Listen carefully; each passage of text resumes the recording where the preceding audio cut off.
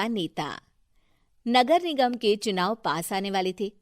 पूरे कानपुर शहर में टिकट को लेकर मारामारी शुरू थी, लेकिन सबसे ज्यादा चर्चा में वार्ड नंबर 40 की सीट थी। वो इसलिए क्योंकि इस बार वहां की सीट महिला के लिए आरक्षित थी। अब सवाल ये था कि चुनाव लड़ेगा कौन। इससे पहले ठाकुर साहब वहां से पार्षद थे और इस बार उन्होंने अपनी पत्नी सीमा ठाकुर को टिकट दिलवाई और ठाकुर साहब की शान के कारण सीमा जी ने 20,000 वोटों से चुनाव जीत लिया। अरे बधाई हो सीमा भाभी, अब तो आप वार्ड की पार्षद बन गई हैं। अब तो हमारे काम आप ही करवाएंगी। अरे ये तो सिर्फ नाम की पार्षद बनी है, वो तो महिला सीट आ गई, वरना पार्षद तो मुझे ही बनना था। अब भले ही चेहरा इसका होगा, लेकिन पावर तो मेरी ही होगी। अरे वाह भाई साहब, क्या दिमाग लगाया है आपने भी। आइए आप लोग, खाना लगा दिया है सबके लिए। सीमा जी पार्षद बन चुकी थीं, फिर भी उनकी एक ना चलती।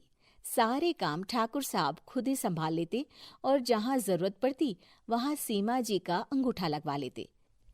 सीमा जी ज्यादा पढ़ी लिखी भी नहीं थी। एक दिन ठाकुर साहब और सीमा एक प्रोग्राम में जाते हैं। अरे ठाकुर साहब, आप आ गए। ओहो, पार्षद मैडम भी आ गई हैं। स्वागत है आप दोनों का। लगता है हमारे पार्षद फंड का सही इस्तेमाल हो रहा है। चलिए अब उद्घाटन करते हैं। ये लीजिए ठाकुर साहब कैची, आप ही सबसे पहले प्रवेश कीजिए। सब लोग आगे निकल जाते हैं और सीमा जी पार्षद होने के बावजूद भी पीछे खड़ी रह जाती हैं। वो देखती हैं कि वेलकम बोर्ड पर उनका नाम है, लेकिन महिला होने के कारण कोई उनका सम्मान नहीं कर रहा। अगले दिन एक आदमी उनके घर आता है। अरे ठाकुर साहब नमस्कार।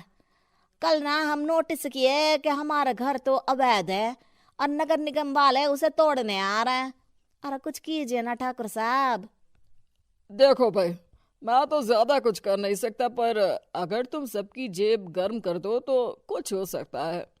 कुल मिलाकर 4 लाख लगेंगे। अरे 4 लाख ठाकुर साहब? अरे भाई, मैं अपने लिए नहीं मांग रहा हूँ। दरोगा है, इंजीनियर बाबू है, बड़े साहब है, सबको देना पड़ता है ना थोड़ा थोड़ा। बोलो है मंजूर? तभी वहां अचानक सीमा जी आ जाती हैं। अरे ये आप क्या कर रहे हैं? पहले इन्हीं लोगों से तो आपने वोट मांगे, अब इनसे ही पैसे ले रहे हो।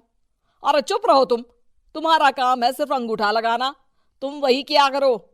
मुझे दूसरे काम तुम मत सिखाओ, समझी?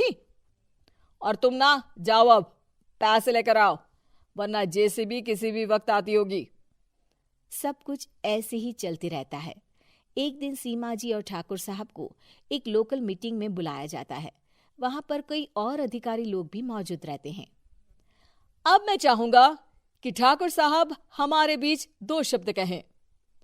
मेरे प्यारे भाइयों और बहनों, आज मेरा सौभाग्य है कि मैं आप सबकी सेवा दिन रात कर पा रहा हूं। आपने मेरी पत्नी को भारी मतों से जिताया है, इसलिए मैं आप सभी का शुक्रगुजार हूं। मैं आप सबसे वादा करता हूं कि हमेशा की तरह हमारे वार्ड में किसी को कोई तकलीफ नहीं आने दूंगा। सभी लोग तालियां बजाने लगते हैं। अब मैं माननीय पार्षद मैडम को स्टेज पे बुलाना चाहूंगा। अपने नाम को बुलाया सुनकर सीमा जी एकदम चौंक जाती है। उन्हें बिल्कुल उम्मीद नहीं थी कि इतनी बड़ी जगह उन्हें मंच पर बुलाया जाएगा। जैसे तैसे वो मंच पर चढ़ती हैं। ऊपर जाते ही सीमा जी को सारी पुरानी बातें याद आ जाती हैं कि किस तरह उनके पति उन्हें कभी भी आगे बढ़ने नहीं देते और उनके नाम से गलत काम करते हैं। वो बोलने लगती हैं। मैं आपके वार्ड की पार्षद सीमा हूं। आप में से बहुत कम लोग ही मुझे जानते होंगे, क्योंकि इससे पहले मुझे कभी ऐसा मौका ही नहीं मिला। सारे मौके मेरे पार्षद पति यानी आपके ठाकुर साहब ही लेते रहे, लेकिन आज ये मौका मुझे मिला है तो मैं इसे ऐसे ही नहीं जाने दूंगी। मैं आपको ये बताना चाहती हूँ कि आपके ठाकुर साहब मेरे नाम की आड़ में गैर कानूनी काम करते हैं, जिस पर अंगूठों के निशान मेरे होते थे। इसीलिए मैं अपनी गलती मानती हूँ और आज अपने पद से इस्तीफा देती हूँ, ताकि आगे से कोई गलत काम ना हो पाए। अब फैसला आप सबके हाथ में है कि आप हमें क्या सजा देना चाहते हैं। सीमा जी की बातें सुनकर ठाकुर साहब के चेहरे का रंग उड़ जाता है और वो शर्म से मुंह नीचा करके वहां से चले जाते हैं और पद से इस्तीफा देकर ही सही सीमा जी अपने आप में आत्मविश्वास महसूस करती हैं।